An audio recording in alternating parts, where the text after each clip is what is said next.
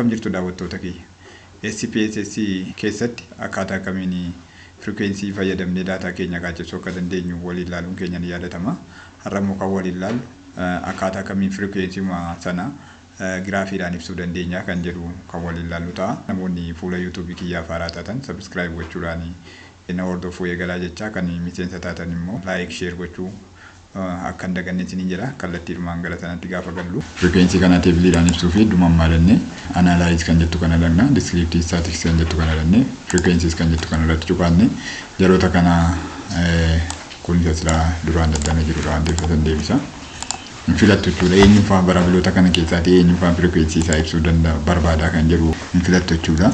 Fakkeenyaaf amma genderii hin fudhanna, marital status hin fudhanna, educational levels hin fudhanna. Kuni dependent variable kooti haadhaku online shopping yeroota kana hin filanne jechuudha. Eejiini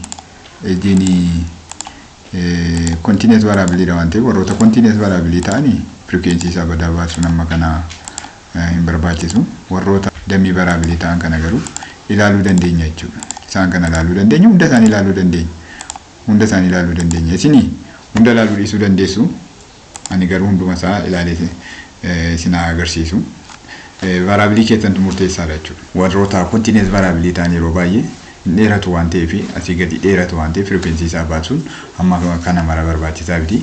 Kanaaf amma fakkeenyaaf eejiin continuous variable yoo xiqqaate 17 kaasee hanga 60tti umuriiwwan jiran kana asii gadi tarraa'ee jira waan ta'eef isaan kana frequency isaan ilaaluurra warroota dummy variable yes and no jiran qofaa yoo laalle gaarii ta'a jechuudha. Haa ilaallu mee erga kana jennee booda maal goona jechuudha. Chart isheettu kana dhufna. Graafiidhaan akkamittiin frequency isaa ibsuu dandeenyaadha. Chart isheettu kana dhufneetu irratti cuqaanne yeroo jalqabaa kanarra jira. Kanarraati gara gosa graafii ittiin frequency ibsuu barbaadan sana filattu jechuudha. Yoo pie chart barbaaddu ta'e pie chart, yoo histogramii barbaaddu ta'e histogramii, anamman histogramiin barbaada. Kuni antiik taatee jirti duraanii laayinii graafii sanarraa jirtudha. Kanaaf isheedhaan isaa ibsamuu dheetan ishee tiikan godhadha jechuudha. Isaa booda maalan godha continuous jedhee okay keessaa ba'a naa fida jechuudha. Amma bifa kanaan histografii isaa naa kaasaa jechuudha. Amma kuni samarii isaati, samarii teebilsiidha. Warruma sila jechaa turedha. Marital status yeroota kana ilaalaatini. ICT adoption not adopted 42, adopted immoo 18.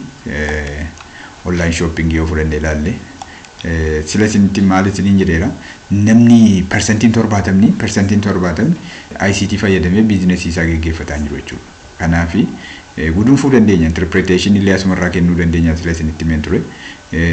Percentii 30 qofaadha kan fayyadamaa jiru. Harka 100 keessaa harka 30 qofaatu ICT fayyadamee biizinasii isaa geggeessaa jira. Inni hiikatti kennina jechuudha. Kana jechuun walumaa gala maalidha? Gaafa qaacessinu jechuudha. ICT fayyadamanii biizinasii isaanii geggeessaa akka hin jirre nutti himaa jechuudha wanti kunni. Kanaaf bifa kanaan interpret gochuu dandeessu isini. Kana hundumaa ilaalaa gara graafii isaa gaafa rannu kun histograafii isaas bifa kanaan kaa'ee jira jechuudha. Bifa kanaan kaa'ee jira. Genderiidha dargii kuni. Dargii kun genderiidha. Bifa kanaan kaa'ee jira. Marital status bifa kanaan kaa'ee jira. Kun frequency isaa asii ol. Frequency asii ol. Bifa kanaan kaa'ee jira. Kana graafii kana yoo edit gochuu barbaadan illee asirratti double click gootanii edit gochuu dandeessu. Bifa kanaan kaa'ee jira. Kun amma maalidha? Educational levelidha. Educational level bifa kanaan kaa'ee jira.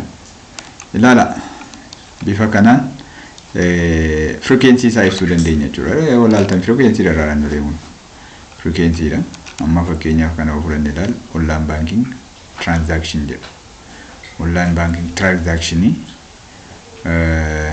zeroon noodha. Warri noo jedhan nama 42 ta'uu isaanii graafiidhaan bifa kana nutti agarsiisa. Nutti adopted jedhamu hin fudhanne jechuudha.